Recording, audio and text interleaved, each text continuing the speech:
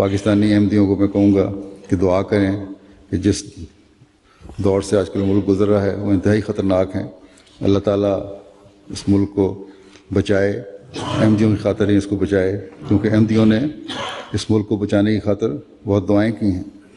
لیکن پھر بھی یہی کہا جاتا ہے، اس لیے چند اقتباسات بھی میں، چند حقائق بھی میں پیش کروں گا کہ احمدی کس حد تک اس ملک کے بنانے میں اپنا کردار ادا کرتے رہے.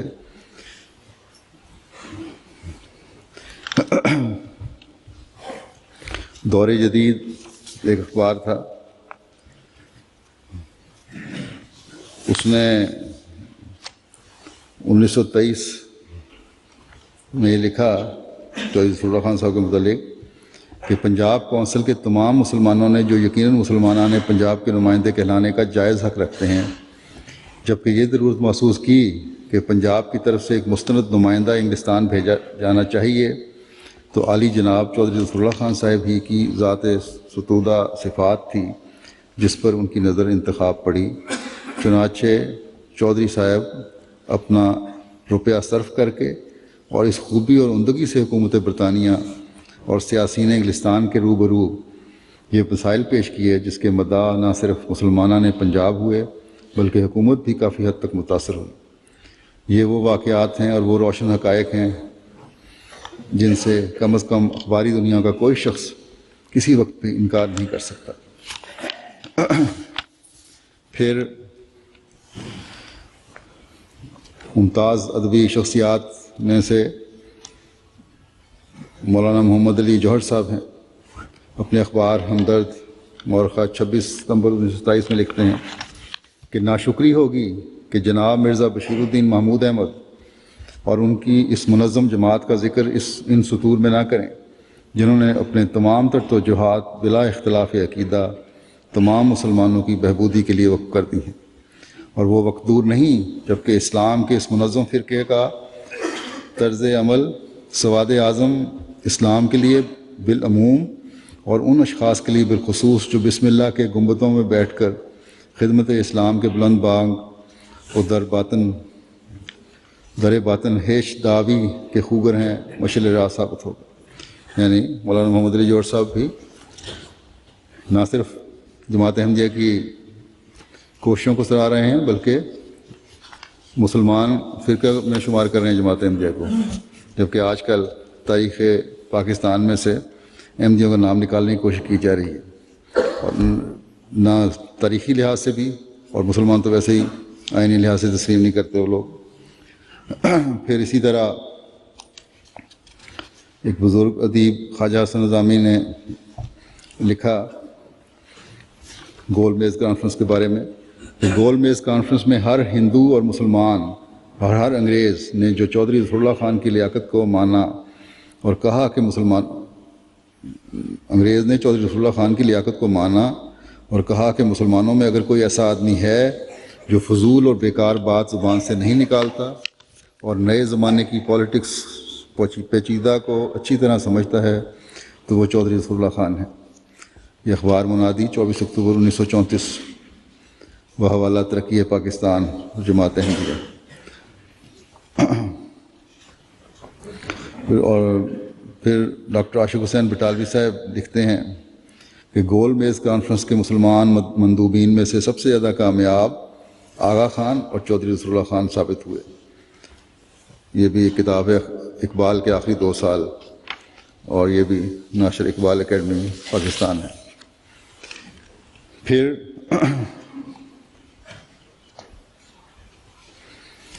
حضرت قائد اعظم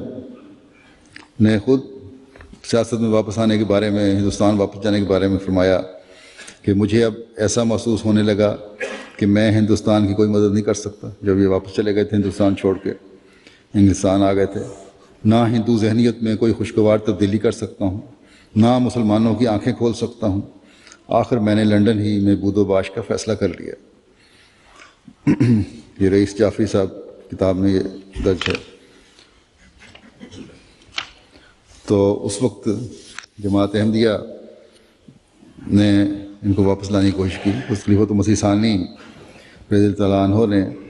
امام مسجد لنڈن مولانا عبدالرحیم درز صاحب کو بھیجا کہ قائد اعظم پر زور ڈالیں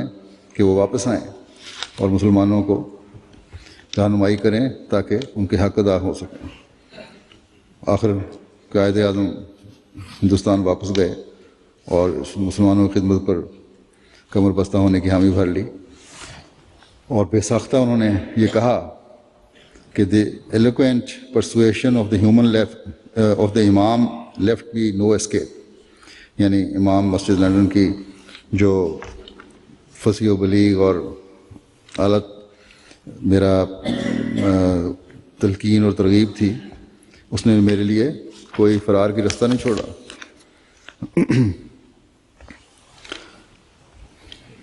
پھر مشہور صحافی جناب محمد شفیع جو میم شین کے نام سے مشہور ہیں، لکھتے ہیں کہ یہ مسٹر لیاقت علی خان اور مولانا عبدالرحیم درد امام لنڈن ہی تھے جنہوں نے مسٹر محمد علی جناح کو اس بات پر آمادہ کیا کہ وہ اپنا ارادہ بدلیں اور وطن واپس آ کر قومی سیاست میں اپنا کردار ادا کریں۔ اس کے نتیجے میں مسٹر جناح 1934 میں ہندوستان واپس آ گئے اور مرکزی اسمبلی کے انتخاب میں بلا مقابلہ منتخب ہوئے۔ پاکستان ٹائمز میں یہ درج حوالہ 1981 11 ستمبر میں۔ پھر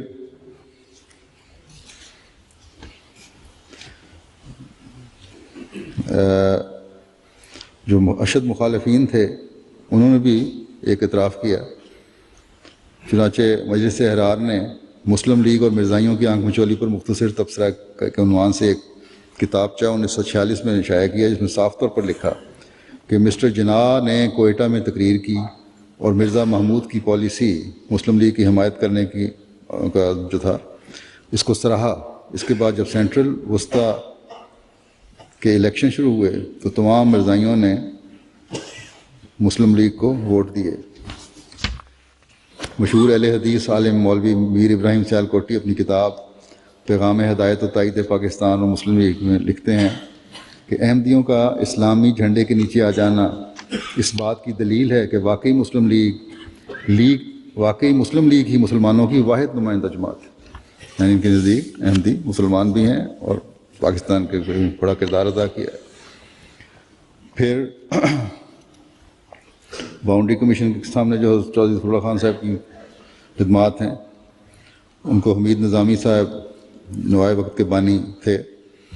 بڑی مدت بڑے الفاظ میں لکھتے ہیں۔ نوائے وقت آج کل تو جماعت کے خلاف بہت کچھ لکھتا رہتا ہے، ان کی پالیسی بدل گئی ہے کیونکہ دنیاوی فائدہ زیادہ دیکھنے لگ گئے ہیں یہ لوگ، لیکن بہرحال جناب حمید نظامی صاحب جو اس کے بانی تھے وہ لکھتے ہیں کہ حد بندی کمیشن کا اجلاس ختم ہوا، کوئی 4 دن سر محمد ظفر اللہ خان صاحب نے مسلمانوں کی طرف سے نہایت مدلل، نہایت فاضلانہ اور نہایت معقول بحث کی۔ کامیابی بخشنا خدا کے ہاتھ میں ہے، مگر جس خوبی اور قابلیت کے ساتھ سر محمد ظفر اللہ خان صاحب نے مسلمانوں کا کیس پیش کیا، اس سے مسلمانوں کو اتنا اطمینان ضرور ہو گیا کہ ان کی طرف سے حق و انصاف کی بات نہایت مناسب اور آسان طریقے سے ارباب اختیار تک پہنچا دی گئی ہے۔ سر ظفر اللہ خان صاحب کو کیس کی تیاری کے لیے بہت کم وقت ملا، مگر اپنے خلوص اور قابلیت کے باعث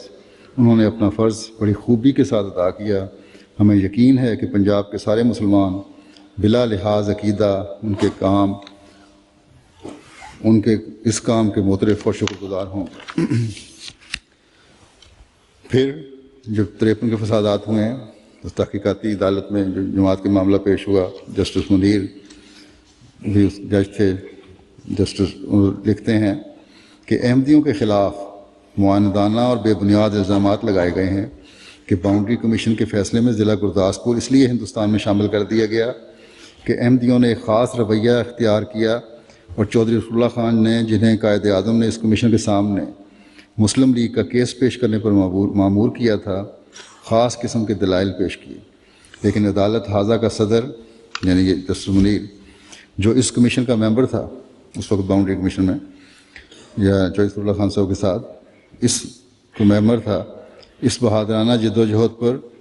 تشکر و امتنان کا اظہار کرنا اپنا فرض سمجھتا ہے جو چودھری ظفر اللہ خان نے گرداسپور کے معاملے میں کی تھی۔ یہ حقیقت باؤنڈری کمیشن کے حکام کے کاغذات میں ظاہر و باہر ہے، اور جس شخص کو اس مسئلے سے دلچسپی ہو وہ شوق سے اس ریکارڈ کا معائنہ کر سکتا ہے۔ چودھری رسول اللہ خان نے مسلمانوں کے لیے نہایت بے غرضانہ خدمات انجام دیں۔